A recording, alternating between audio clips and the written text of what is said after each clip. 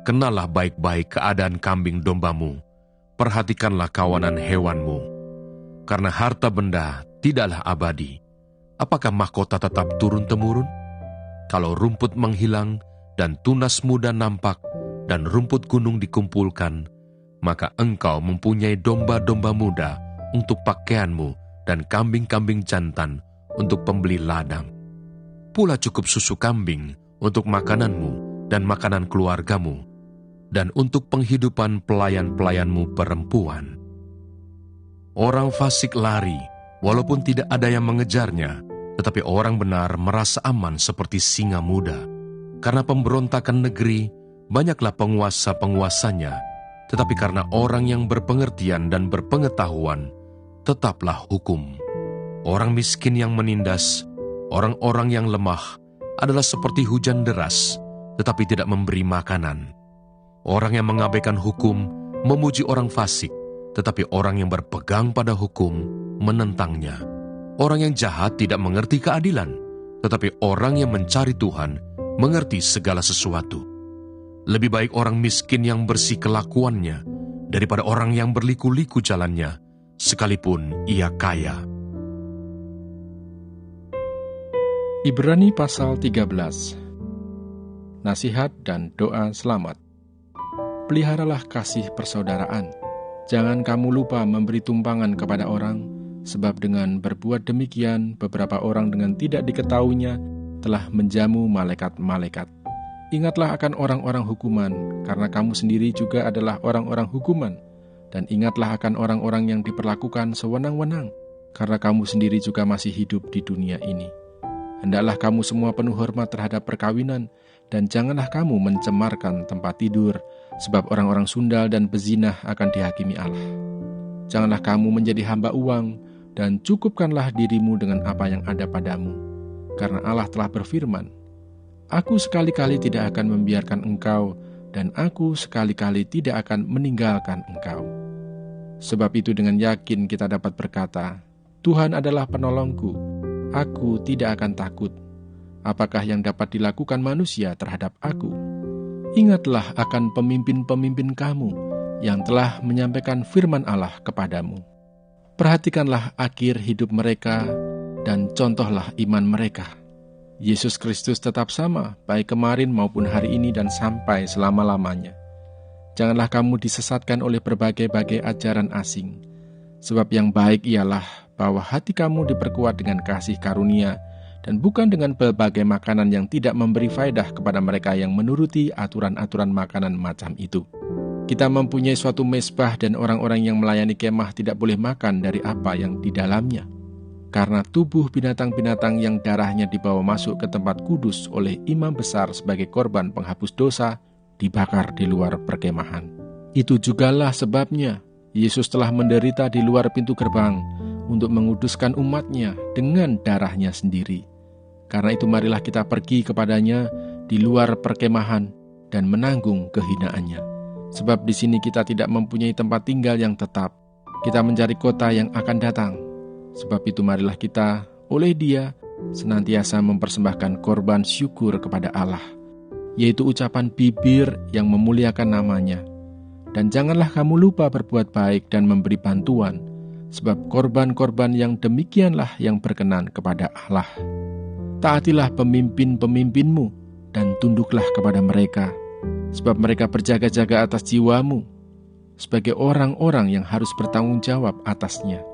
Dengan jalan itu, mereka akan melakukannya dengan gembira, bukan dengan keluh kesah, sebab hal itu tidak akan membawa keuntungan bagimu. Berdoalah terus untuk kami, sebab kami yakin bahwa hati nurani kami adalah baik, karena di dalam segala hal kami menginginkan suatu hidup yang baik. Dan secara khusus aku menasihatkan kamu, agar kamu melakukannya, supaya aku lebih lekas dikembalikan kepada kamu. Maka Allah damai sejahtera yang oleh darah perjanjian yang kekal telah membawa kembali dari antara orang mati Gembala Agung segala domba, yaitu Yesus, Tuhan kita.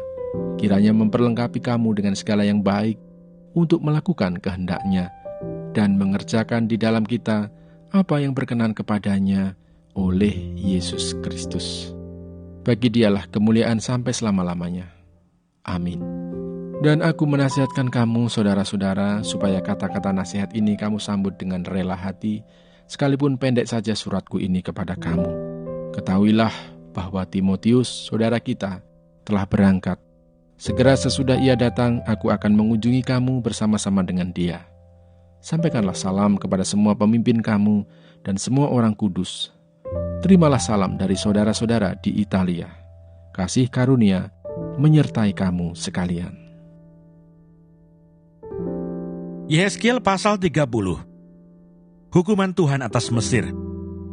Datanglah firman Tuhan kepadaku, hai anak manusia, bernubuatlah dan katakanlah, beginilah firman Tuhan Allah, merataplah, aduh hari itu sudah dekat, hari Tuhan sudah dekat, hari dengan awan gelap, itu adalah saat bangsa-bangsa.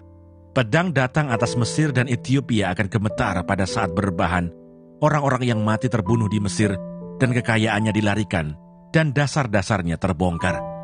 Orang Ethiopia, Put, Lut, seluruh tanah Arab, Libya, dan orang-orang dari negeri yang bersekutu dengan mereka akan mati rebah oleh pedang bersama mereka.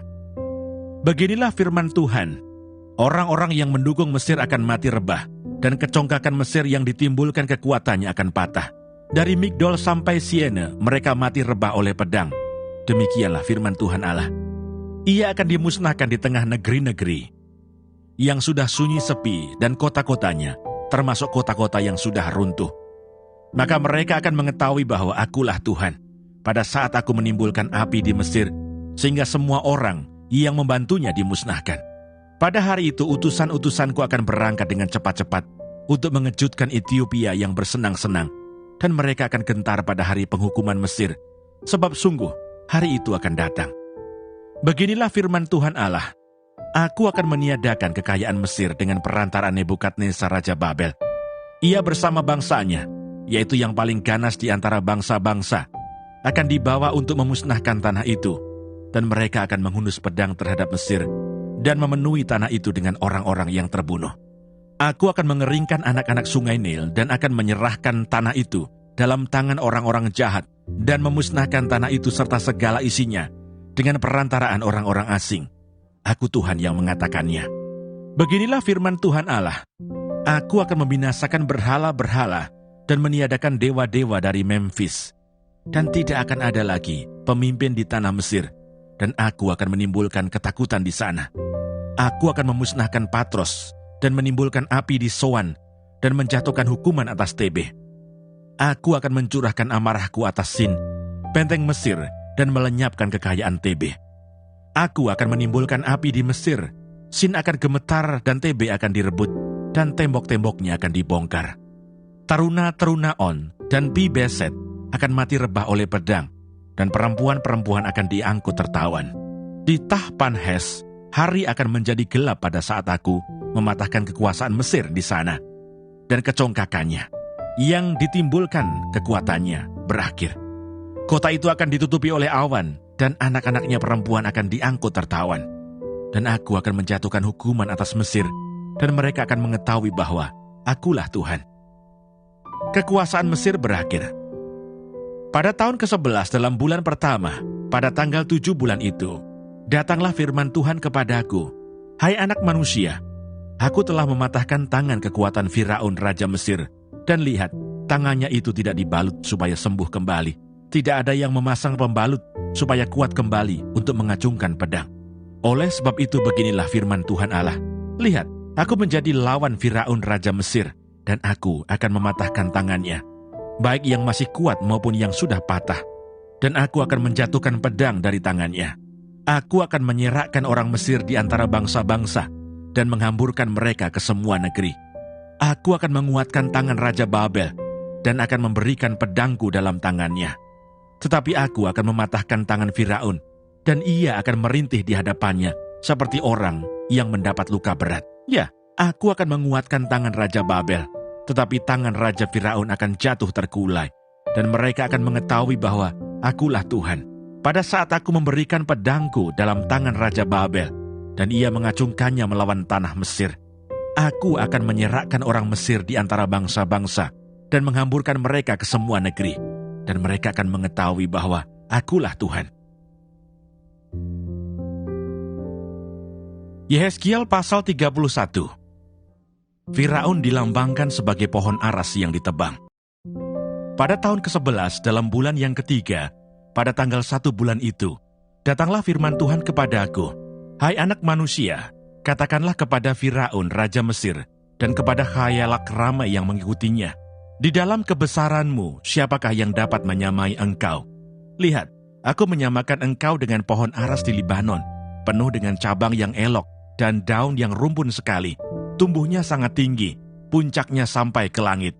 Sungai-sungai membuatnya besar, samudra raya membuatnya meninggi. Itu membuat sungainya mengalir, mengelilingi bedengnya itu, dan menjulurkan saluran-saluran ke segala pohon yang ada di padang. Maka dari itu tumbuhnya lebih tinggi dari segala pohon di padang. Ranting-rantingnya menjadi banyak, cabang-cabangnya menjadi panjang, lantaran air yang melimpah datang. Pada rantingnya diam bersarang segala burung yang di udara. Di bawah cabangnya segala binatang di hutan melahirkan anaknya. Dan semuanya bangsa besar duduk bernaung di bawahnya. Ia elok karena besarnya dan karena cabangnya yang panjang-panjang, karena akarnya julur jalar sampai di air yang berlimpah-limpah. Pohon-pohon aras di dalam taman Allah tidak akan dapat menyainginya. Juga pohon sanobar tidak akan dapat menyamai ranting-rantingnya, dan pohon berangan tidak dapat dibandingkan dengan cabang-cabangnya.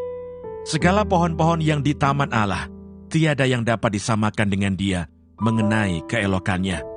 Aku membuat dia sungguh-sungguh elok dengan cabang-cabangnya yang sangat rapat. Di Taman Eden, di Taman Allah, segala pohon cemburu padanya. Oleh sebab itu beginilah firman Tuhan Allah.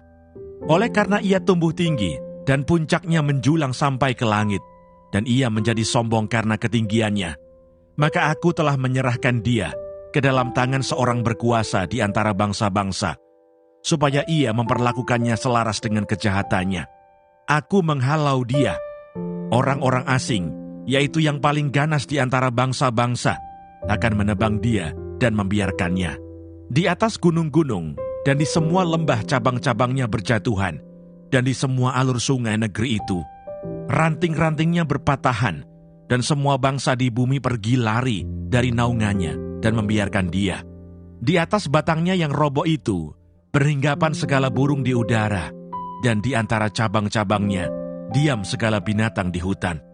Semuanya ini terjadi supaya segala pohon yang di tepi air jangan meninggikan dirinya, dan puncaknya jangan dijulurkan sampai ke langit, dan supaya pohon-pohon besar, yaitu semua yang menghisap banyak air, jangan tetap berdiri di dalam kecongkakannya. Sebab mereka semuanya telah diserahkan ke dalam maut, ke dalam bumi yang paling bawah, di tengah anak-anak manusia yang telah turun ke liang kubur. Beginilah firman Tuhan Allah, pada hari ia turun ke dunia orang mati, aku membuat samudra raya berkabung karena dia. Aku mengempang sungai-sungainya, sehingga air banjirnya dibendung. Dan karena dia, aku membuat gunung Libanon berpakaian kabung, dan membuat segala pohon di hutan layu lesu. Mendengar derum kejatuhannya, aku membuat bangsa-bangsa gemetar. Pada saat aku menurunkan dia ke dunia orang mati, menjumpai mereka yang telah turun ke liang kubur. Dan segala pohon Taman Eden akan merasa terhibur di bumi yang paling bawah, yaitu pohon yang terpilih dan yang terindah dari Libanon, yang menghisap banyak air.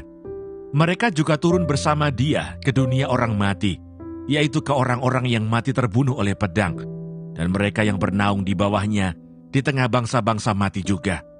Maka dengan siapakah engkau dapat disamakan di antara pohon-pohon di Taman Eden dalam hal kemuliaan dan kebesaran? Engkau akan diturunkan ke bumi yang paling bawah, bersama pohon-pohon di Taman Eden, dan engkau telentang di tengah orang-orang yang tak bersunat, bersama orang-orang yang mati terbunuh oleh pedang. Itulah Firaun dengan semua khayalak ramai yang mengikutinya. Demikianlah firman Tuhan Allah.